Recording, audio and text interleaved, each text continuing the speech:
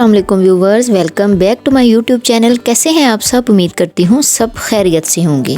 आज मैं आपके साथ रमज़ान के लिए एक ऐसी रेसिपी शेयर करने जा रही हूँ जिसको आज ही बना कर रखें, इसको स्टोर करें और रमज़ान में अपने लिए काम को आसान बनाएं। क्योंकि आज हम बनाने जा रहे हैं पकोड़ा प्री मिक्स। आपने करना क्या है, सिर्फ ये प्री मिक्स पकोड़ा निकालना है, सब्जियां मिक्स करनी है और आपके पकोड़े सिर्फ और सिर्फ 5 मिनट में हो जाएंगे बनकर तैयार। इसमें ना ही रमज़ान में नमक और मिर्च तेज़ होने का डर होगा और ना ही आपको मेहनत करना पड़ेगी। बस सब्जियां कट की और ये प्री मिक्स इसमें शामिल किया और आपके पकोड़े तैयार। तो चलिए जी, इस ज़बरदस्त सी रेसिपी को बनाना शुरू करते हैं। इस प्री मिक्स को बनाने के लिए सबसे पहले हमें चाहिए होगा एक फ्राइंग पैन और उसके अंदर मैं डाल दूंगी 2 टेबल स्पून जितना अनारदाना। अनारदाने को आपने पहले अच्छी तरह धो लेना है। किसी प्लेट में डाल के 2 से 3 दफ़ा साफ़ पानी से निकाल कर फिर आपने इस तरह किसी छलनी में उसको डाल देना है। और जब इसका पानी अच्छे से खुश्क हो जाएगा, निकल जाएगा, तब आपने क्या करना है, इसको हमने ड्राई रोस्ट करना है। ड्राई रोस्ट इसको 2 से 3 मिनट हमने बिल्कुल लो से भी लो फ्लेम पर करना है ताकि ये जल ना जाए। और जैसे ही ये क्रिस्पी होने लगेगा, इसके अंदर जितनी भी नमी है वो सारी ख़त्म हो जाएगी। आप इस स्टेज पर इसको चेक कर लीजिएगा, तब आपने इसको क्या करना है, चूल्हे से उतारना है। ये देखें ये कितना क्रिस्पी हो गया है, जितनी भी इसके अंदर नमी थी वो बिल्कुल ख़त्म हो गई है। इस स्टेज पर हम इसे उतार लेंगे। उतार कर आपने क्या करना है, इसको किसी खुले और बड़े बर्तन में डाल देना है ताकि ये जल्दी जल्दी ठंडा हो जाए। ठंडा करना इसको बहुत ज़रूरी है, नहीं तो जो हम प्री मिक्स बनाएंगे उसको ख़राब भी कर सकता है। अब दोबारा से उसी पैन को चूल्हे पर रख देंगे और इसमें डालेंगे कुछ मसाले, जैसे कि 2 टेबल स्पून मेरे पास है सूखा हुआ धनिया, वो ऐड कर देंगे। 2 टेबल स्पून मेरे पास है सूखा हुआ पुदीना, ये ऐड कर देंगे। और 2 टेबल स्पून ही मेरे पास है साबुत धनिया। इसको आपने हाथों पर डालकर पहले अच्छी तरह मसल लेना है ताकि थोड़ा सा ये दरदरा सा हो जाए, वो ऐड कर देंगे। और साथ में इसमें डाल देंगे 2 टेबल स्पून सूखी हुई मेथी। इन तमाम स्पाइसेस को हम बिल्कुल लो फ्लेम पर 1 से 2 मिनट के लिए ड्राई रोस्ट करेंगे। इनको हमने ज़्यादा रोस्ट नहीं करना क्योंकि ये कड़वे हो जाएंगे। बस जस्ट इनको 1 से 1.5 मिनट या मैक्सिमम 2 मिनट तक इनको हम इसी तरह बिल्कुल लो से भी लो फ्लेम पर इनको ड्राई रोस्ट करेंगे। जैसे ही इनकी खुशबू आने लगेगी तो हम इसको उतार लेंगे। अगर तो आप ये सारे स्पाइसेस बाज़ार वाले इस्तेमाल करते हैं तो इनको ड्राई रोस्ट करना मस्ट है, क्योंकि इसमें नमी वगैरह होती है, तो नमी को हमने रिमूव करना है। और अगर घर में ही ये तमाम स्पाइसेस आपने खुश किए हैं तो आप इनको अगर ड्राई रोस्ट ना भी करें तो काम चल जाएगा। अब इनको तकरीबन 1.5 मिनट मैंने लगाकर रोस्ट कर लिया है। इनको भी किसी बड़ी और खुली डिश में निकाल लेंगे और इसके बाद हम इनको ठंडा करेंगे। ठंडा करना इनको बहुत ज़रूरी है। इन तमाम स्पाइसेस को हमने पहले रोस्ट करने के बाद ठंडा करना है। ठंडा कर लेने के बाद बाकी के जो स्पाइसेस रह गए हैं वो हम इसमें ऐड करेंगे। इस स्टेज पर इनसे बहुत ही ज़बरदस्त किस्म की खुशबू आ रही है। इसके बाद इसमें डाल देंगे 1 टेबल स्पून जितना खुशक धनिया और गरम मसाले का पाउडर। 1/2 टेबल स्पून मेरे पास अजवाइन है, ये डाल देंगे। 1/2 टेबल स्पून ही मेरे पास है काली मिर्च का पाउडर, वो डाल देंगे। और 1 टेबल स्पून मेरे पास है चिली फ्लेक्स, ये डाल देंगे। और 1 टेबल स्पून ही मेरे पास है हल्दी का पाउडर, वो ऐड कर देंगे। और 2 टेबल स्पून मैं इसमें नमक शामिल कर दूंगी। ये बिल्कुल मीडियम से नॉर्मल से स्पाइसेस हैं, ना ज़्यादा हैं ना कम हैं। इसके बाद हम इसमें ऐड करेंगे 1/2 टीस्पून जितना मीठा सोडा, जिसको हम खाने का सोडा भी बोलते हैं, और 1/2 टीस्पून जितना चाट मसाला, इसको भी हम ऐड कर देंगे। ऐड कर देने के बाद इनको अच्छी तरह हमने मिक्स कर लेना है। आप यकीन करें, रमज़ान में इतनी ज़्यादा आपके टाइम की बचत हो जाएगी कि आपने सिर्फ सब्जियां काटनी है और सब्जियां काट लेने के बाद आपने ये जो प्री मिक्स हमने तैयार किया है उसको ऐड कर देना है। कोई नमक मिर्च चेक करने की ज़रूरत नहीं है। हर चीज़ हमारी परफेक्ट होगी और मिनटों में हम पकोड़े बनाकर तैयार कर लेंगे।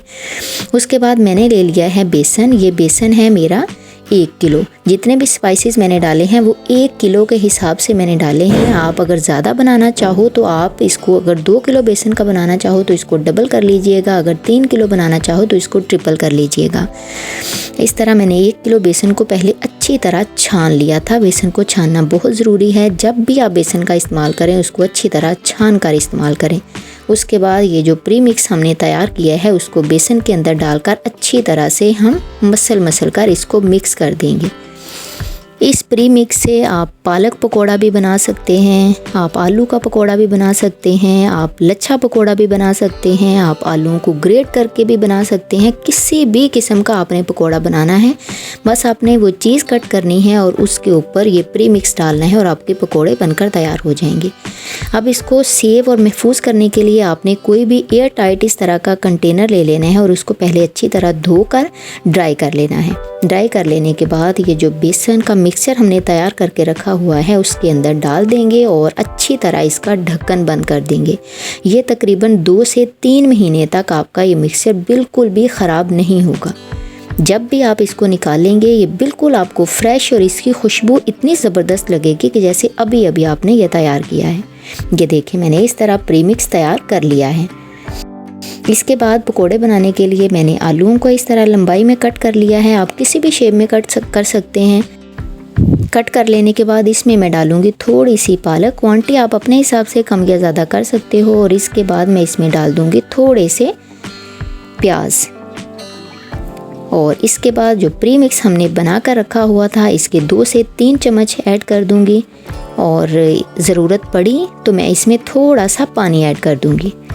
आपको यहाँ पे एक और राज की बात बताऊं कि जब भी हम पकोड़े बनाते हैं तो उसमें पानी की जगह पे आप दही का इस्तेमाल करें। दही को अच्छी तरह फेंट कर डालें तो उससे इन पकोड़ों की ग़िज़ाइयत और टेस्ट डबल हो जाएगा। एक दफ़ा ट्राई करके ज़रूर देखिएगा। अगर आपके पास दही अवेलेबल है तो अच्छी तरह फेंट कर पानी की जगह पे अगर आप पकोड़ों में डालें तो बहुत ही ज़बरदस्त किस्म का इसका जायका मिलेगा।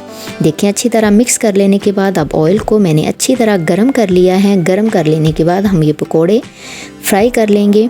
यहाँ पर एक और ट्रिक बताती चलूँ कि जब किसी भी चीज़ को हम फ्राई करते हैं ऑयल को पहले अच्छी तरह हमने गरम कर लेना है। गरम कर लेने के बाद आपने फ्लेम को मीडियम कर देना है।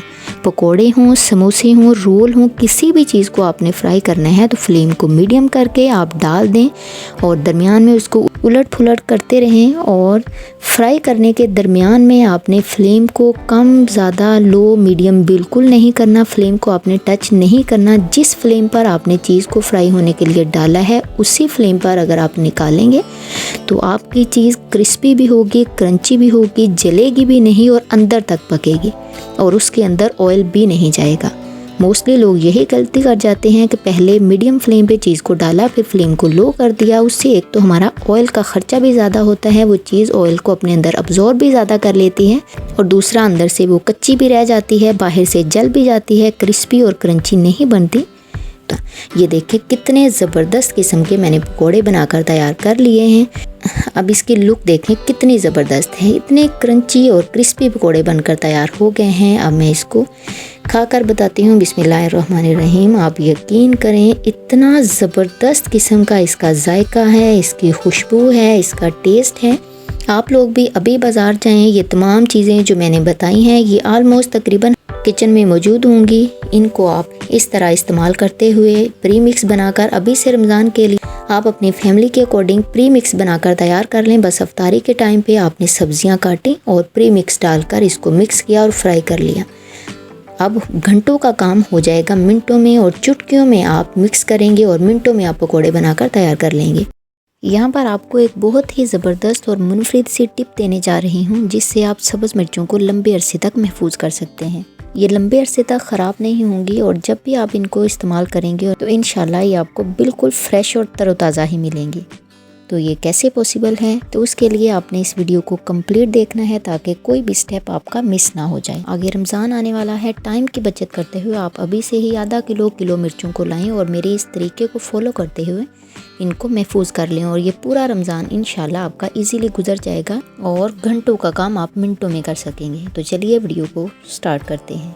मैंने यहाँ तकरीबन आधा किलो सब्ज़ मिर्चें ली हैं। इनको 3 से 4 दफ़ा मैंने साफ़ सुथरे पानी से धो लिया था ताकि इनके ऊपर जो डस्ट वगैरह है वो सारी उतर जाए। उसके बाद आपने इस तरह का कोई भी साफ़ सुथरा कपड़ा या किचन टॉवल या टिश्यू पेपर लेकर इनको अच्छी तरह आपने ड्राई कर लेना है। साइड को चेंज इस तरह करते रहना है और इनको अच्छी तरह से आपने साफ़ कर लेना है ताकि इनमें नमी बिल्कुल नहीं होनी चाहिए।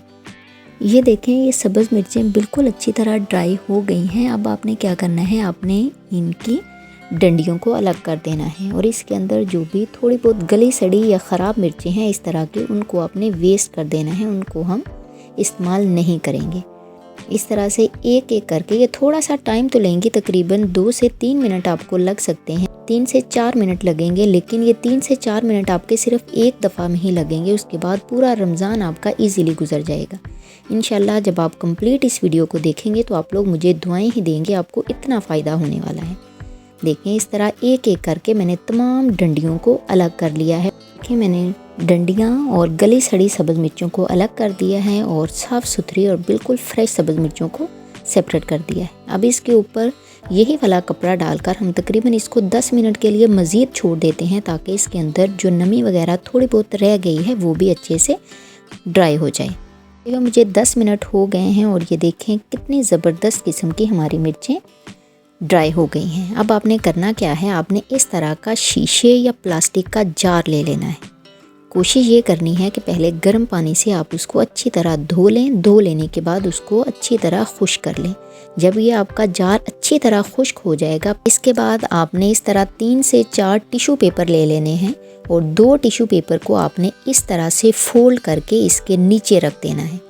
उसके ऊपर आपने जो सब्ज़ मिर्चें हमने तैयार की हुई हैं, इनमें से आधी सब्ज़ मिर्चों को आपने ऊपर डाल देना है और बाकी की जो आधी रह गई हैं उससे पहले आपने फिर 2 टिश्यूओं को इस तरह से फोल्ड करके इनके दरमियान में रख देना है। रख देने के बाद बाकी की जो सब्ज़ मिर्चें रह गई हैं इनको आप ऊपर डाल दें। से अब जार का ढक्कन बंद करके मैं इनको फ्रिज में रख दूँगी। ये मेरी 2 से ढाई महीने बिल्कुल भी ख़राब नहीं होंगी। इजीली जब भी मैं इसको निकालूंगी, इनको इस्तेमाल करूंगी तो बिल्कुल तरोताज़ा और फ्रेश सब्ज़ मिर्चें ही मुझे मिलेंगी। तो आपको कैसी लगी ये मेरी ट्रिक मुझे कमेंट बॉक्स में लाजमी बताइएगा। तो चलिए स्टार्ट करते हैं अपनी तीसरी रेसिपी। आज इस वीडियो में मैं आपको अदरक और लहसुन के पेस्ट को महफूज करने का एक बहुत ही यूनिक और सिंपल सा तरीका आप लोगों से शेयर करूंगी, जिसको देखकर इंशाल्लाह आप लोग मुझे दुआएं ही देंगे। अदरक और लहसुन के पेस्ट को सेव करने के लिए यहाँ पर मैंने ले लिए हैं तकरीबन 1 पाव लहसुन के जवे। ये ज़्यादातर इसमें देसी लहसुन का इस्तेमाल मैं करूँगी, लेकिन आपके पास जो भी अवेलेबल हो इस तरह से आपने इनके छिलके उतार लेने हैं। उतार लेने के बाद आपने 2 से 3 दफ़ा इस तरह इनको साफ़ पानी से धो लेना है ताकि कोई भी डस्ट या मिट्टी वगैरह इसके ऊपर ना रहे। उसके साथ ही ये मेरे पास है तकरीबन 100 ग्राम छिला हुआ अदरक। ये क्वांटिटी अदरक और लहसुन की आप अपने हिसाब से कर लीजिएगा। यहाँ मैंने लहसुन का इस्तेमाल ज़्यादा और अदरक का कम किया है क्योंकि हम लोग अदरक का इस्तेमाल कम करते हैं। आप इक्वल क्वांटिटी में अदरक और लहसुन भी डाल सकते हैं या अदरक ज़्यादा लहसुन कम भी डाल सकते हैं, जैसे आप लोग चाहो वैसे कर सकते हो। यहाँ पर मैंने लहसुन ज़्यादा और अदरक का कम इस्तेमाल किया है। अब अदरक को मैं इस तरह छोटे छोटे हिस्सों में काट दूंगी। काटना बहुत ज़रूरी है क्योंकि इसको मैं जूसर वाले जग में डालकर ग्राइंड करूंगी, इसलिए मैं इसको छोटे छोटे पीसेस में कट कर देती हूँ ताकि ग्राइंड करने में कोई मुश्किल ना आए। ये देखें, इस तरह से मैंने इसको छोटे छोटे पीसेस में कट कर लिया है। अब यहाँ पर मुझे चाहिए इस तरह का जूसर वाला एक जग।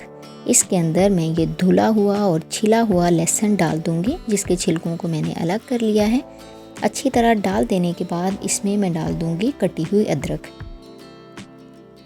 इसके बाद हम इसमें पानी का इस्तेमाल ज़्यादा नहीं करेंगे, हमने इसका एक गाढ़ा और थिक सा पेस्ट तैयार करना है। तो उसके लिए ये मेरे पास है तकरीबन पौना कप पानी। ये कप वही है जिससे हम चाय वगैरह पीते हैं, तो वो मैं ले रही हूँ यहाँ पे पौना कप पानी। पानी को डालकर हम इसको तकरीबन 1 से 1.5 मिनट तक ग्राइंड करेंगे। ये बिल्कुल इजीली आसानी से ग्राइंड हो जाएगा क्योंकि लहसुन के जवे भी छोटे हैं और अदरक को हमने ऑलरेडी छोटा छोटा कट करके इसीलिए डाला है ताकि ग्राइंड करने में कोई मुश्किल ना हो। ये देखें कितना अच्छा अदरक और लहसुन का पेस्ट हमारा तैयार हो गया है। इसीलिए पानी का इस्तेमाल हमने कम किया है क्योंकि हमें गाढ़ा और थिक पेस्ट चाहिए इसका। अब इसको स्टोर हमने कैसे करना है, स्टोर करने के यहाँ पे मैं आपको 2 तरीके बताऊंगी। आप कोई सा तरीका भी अप्लाई कर सकते हैं। ये आइस क्यूब वाली मैंने एक डिश ले ली है, इसमें भी हम इसे सेव कर सकते हैं। इस तरह प्लास्टिक या शीशे के जार में भी हम इसको सेव कर सकते हैं। अगर तो आपने इसको लंबे अरसे के लिए यूज़ करना है, इट मीन कि आपने इसको साल या 6 महीने तक इस्तेमाल करना है, तो फिर आप इस तरह आइस क्यूब वाली ट्रे में डालकर इसको फ्रीज़र में रख दें और 1 से 2 दिन आप इनको इस तरह फ्रीज़र में रखें और उसके बाद आप इनके बेशक क्यूब्स को निकाल कर आप शॉपर में डालें और उसी तरह फ्रीज़र में रख दें, तो ये क्यूब्स आपके बिल्कुल ही 1 साल तक फ्रेश रहेंगे। जब चाहो आप इनको इस्तेमाल कर सकती हो। दूसरा तरीका कि आप इस तरह के साफ़ सुथरे जार में डालकर आप फ्रीज़र में नहीं, आप इसको फ्रिज में रख दोगे तो ये पेस्ट भी आपका तकरीबन 15 दिन से 1 महीने तक ख़राब बिल्कुल भी नहीं होगा, बिल्कुल फ्रेश और तरोताज़ा रहेगा। तो जब भी आपने इस्तेमाल करना हुआ, फ्रिज से ये जार निकाला, 1 चम्मच, 2 चम्मच, 3 चम्मच, जितने चम्मच भी आपने इस्तेमाल करने हुए उसको आपने इस्तेमाल किया, उसके बाद फिर इसको उठाकर फ्रिज में रख दिया। तो ये दोनों तरीके ही बेस्ट हैं। आप इसके लिए कोई सा तरीका, दोनों में से कोई सा तरीका भी आप यूज़ कर सकते हो और अदरक लहसुन के पेस्ट को आप इस तरह से लंबे अरसे तक सेव कर सकते हो। तो कैसी लगी मेरी ये वीडियो मुझे कमेंट में लाजमी बताइएगा। तो चलते हैं अपनी नेक्स्ट वीडियो की तरफ।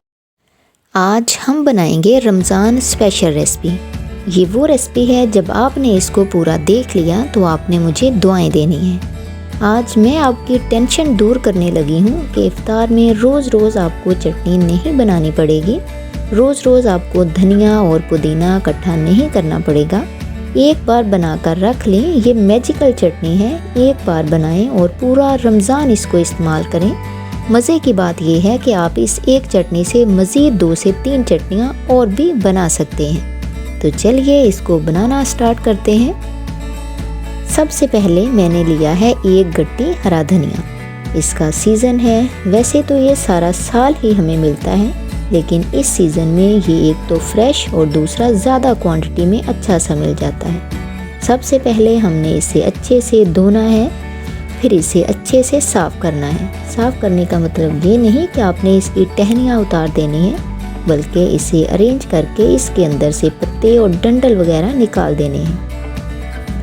हरे धनिए की चटनी टहनियों के साथ ही बनाई जाती है, तभी वो चटनी बहुत ज़्यादा फ्लेवर वाली बनती है। समझ लें कि सारा जायका ही इसकी टहनियों का होता है। धनिया को हमने अरेंज कर लिया है। अब इसे रफली ही मोटा मोटा काट लेना है, बारीक काटने की ज़रूरत नहीं, क्योंकि आगे चलकर हमने इसको ग्राइंडिंग मशीन में ही ग्राइंड करना है। अगली चीज़ हमारे पास है 1 गट्टी ही पुदीना। इससे भी अच्छे से धो लेना है। इस तरह इसके पत्ते अलग और टहनियाँ ज़ाया कर देनी है। इसकी टहनी एक तो सख्त होती है और दूसरा बिल्कुल कड़वी होती है। अगर इसको आपने अपनी चटनी में इस्तेमाल किया तो आपकी चटनी बिल्कुल कड़वी होगी। इस चीज़ का आपने खासा ध्यान रखना है, क्योंकि जो चटनी हम बनाने जा रहे हैं उसको हमने पूरा रमज़ान इस्तेमाल करना है। पुदीना सारा हमने साफ़ कर लिया है, इसके पत्ते अलग कर लिए हैं और इसकी टहनियाँ अलग कर ली हैं। ये हम टहनियाँ इसकी ज़ाया कर देंगे। तीसरी चीज़ जाएगी इसमें एक छोटा सा टुकड़ा अदरक का, साथ ही 10 से 12 सब्ज़ मिर्चें। इनको भी धोकर साफ़ कर लेना है और इसकी डंडियों को रिमूव कर देना है। 5 से 6 लहसुन की कलियाँ। अदरक और लहसुन लाजमी इस चटनी में जाएंगे, क्योंकि इस चटनी से फ्लेवर तो अच्छा होगा ही, लेकिन ये चटनी रमज़ान में बहुत ज़्यादा फ़ायदा देगी, क्योंकि रमज़ान में ऑयली चीज़ें और स्नैक्स वगैरह का इस्तेमाल ज़्यादा होता है, तो ये चटनी हाजमे के लिए बहुत फ़ायदेमंद है। अब हम इन तमाम चीज़ों को एक ग्राइंडिंग मशीन में डालकर ग्राइंड कर लेंगे। हमने इन तमाम चीज़ों को इकट्ठा ग्राइंड करके एक गाढ़ा सा पेस्ट बना लेना है। अब इस चटनी में हम डाल देंगे जस्ट 3 से 4 टेबल स्पून पानी। ज़्यादा पानी हम नहीं डालेंगे, क्योंकि हमें पतला पेस्ट नहीं बल्कि गाढ़ा पेस्ट चाहिए।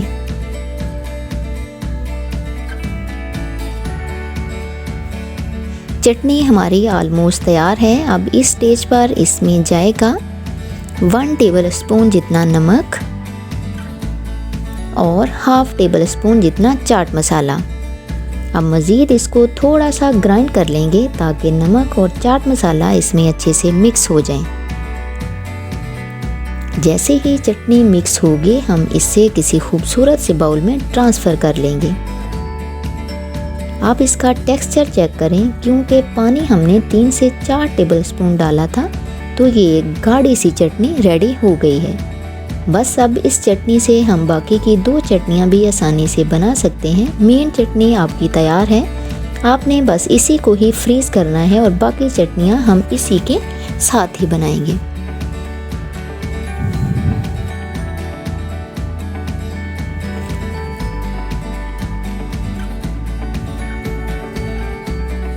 अब अगली चटनी बनेगी इसकी दही पुदीने वाली चटनी। मेन चटनी का थोड़ा सा पीस दही में डालें और मिक्स कर दें। दही पुदीने की चटनी तैयार है। ये ज़्यादातर काम आती है समोसों के लिए, पकोड़ों के लिए, चना चाट पे हम लोग इसको डाल देते हैं। यहाँ पे हमारी दही पुदीने वाली अच्छी सी चटनी बनकर तैयार हो गई है। इसी के साथ ही हम बनाएंगे तीसरी चटनी। हम लेंगे मायोनीज़, इसके अंदर ये थोड़ी सी, बिल्कुल थोड़ी सी डालेंगे, ज़्यादा नहीं डालेंगे और इसको मिक्स कर देंगे। ये हमारी मिंट मायो सॉस बनकर तैयार है। ये ज़्यादातर पराठे के लिए, शवारमे के लिए इस्तेमाल की जाती है। पराठा रोल बना रहे हैं, जिंगर रोल बना रहे हैं या कोई बर्गर बना रहे हैं, उसके लिए ये वाली सॉस इस्तेमाल की जाती है। आपने देखा हमने एक चटनी से 2 से 3 चटनियाँ तैयार कर ली हैं। अब आपने इस चटनी को स्टोर किस तरह से करना है। आप क्यूब्स वाली ट्रे ले लें, ये सारी चटनी उसमें डालकर रख दें। एक क्यूब्स इफ्तार में निकालना है, उससे आपने दही में डालना है या मायोनीज़ में डालना है, ये आपकी अपनी मर्ज़ी है। दूसरा तरीका ये है कि आपने इस चटनी को किसी भी एयर टाइट डिब्बे में डालकर पूरे 1 महीने के लिए सेव कर देना है, यानी कि फ्रीज़र में रख देना है। वीडियो अच्छी लगी हो तो लाइक ज़रूर कीजिएगा, शेयर कीजिएगा, एक प्यारा सा कमेंट, और अगर चैनल पर नए हैं तो चैनल सब्सक्राइब ज़रूर कीजिएगा।